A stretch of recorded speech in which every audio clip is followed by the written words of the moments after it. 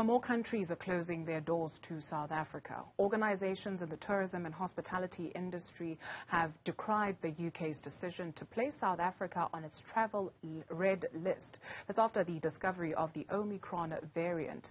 The Federated Hospitality Association of South Africa says it's hopeful that the temporary ban will be lifted swiftly as scientists examine the efficacy of vaccines against the new variant. We are joined by FEDHASA National Chairperson Rosemary. Rosemary, thank you very much for your time this afternoon. So hopeful that these bans will be lifted soon, but it would appear that as the hours tick by, more countries are instituting bans.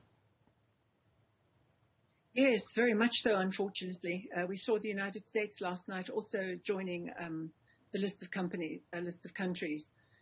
It's not looking good. It's not looking good at all. But what does this say to you? Is it more about South Africa, you know, being the open child in the class and the open, honest child, rather, and being punished for it? Or does it speak more to these countries and their ability to manage, you know, the COVID-19 situation in their countries and the reliability of their vaccines?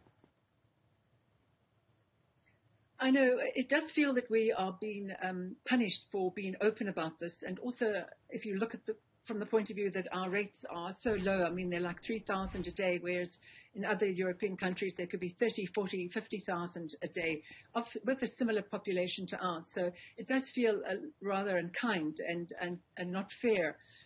But it's a difficult thing to argue, and we just hope that the scientists will come out shortly with a more comprehensive understanding of what the case is. But we're very sad that they've actually responded this way, because the ramifications are enormous.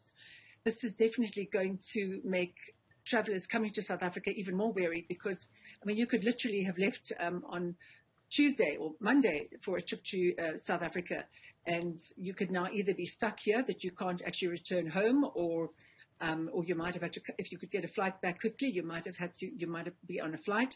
So the ramifications are enormous, because this is just going to create insecurity with regards to visiting South Africa.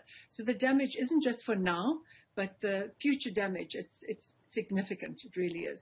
You speak of the far-reaching consequences. We saw a company like Flight Centre, for instance, when you look on their social media pages, they've had to even cancel their Black Friday specials as a result. So let's talk about South Africa's tourism and hospitality industry.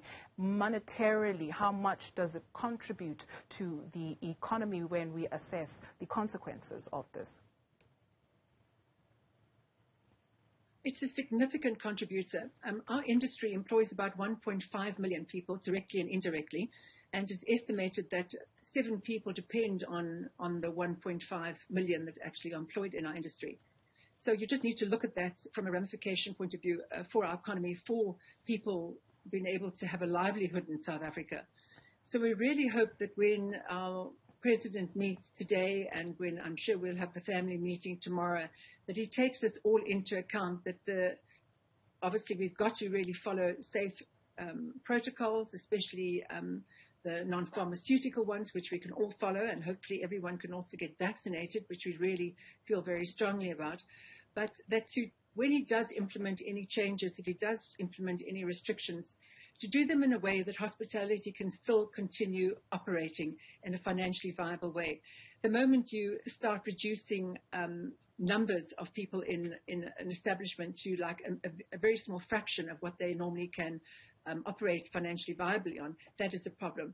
Also, the alcohol situation too. If you actually remove alcohol from hospitality, it's a very interesting phenomenon. But even our lovely big hotels found a huge decrease in occupancy when there was the alcohol ban, because people don't want to go on holiday and spend a lot of money, and then at the same time when they're enjoying a lovely steak or a meal at one of the hotels, they're not able to enjoy their glass of wine or their favorite malt or beer with it. So the removal of alcohol had a dramatically negative effect on hospitality. And we really feel very sad that because it's not hospitality that actually creates the alcohol problem in South Africa.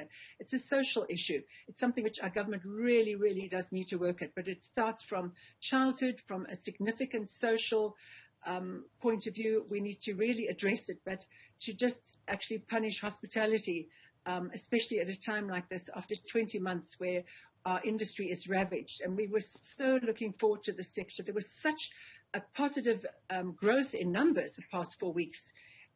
We really saw a revitalization of tourism, especially international tourism.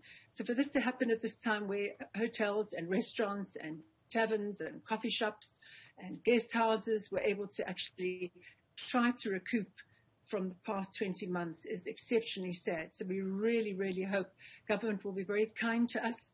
And when they introduce things to try to stop the spread of COVID, they really take into account that they need to not stop hospitality.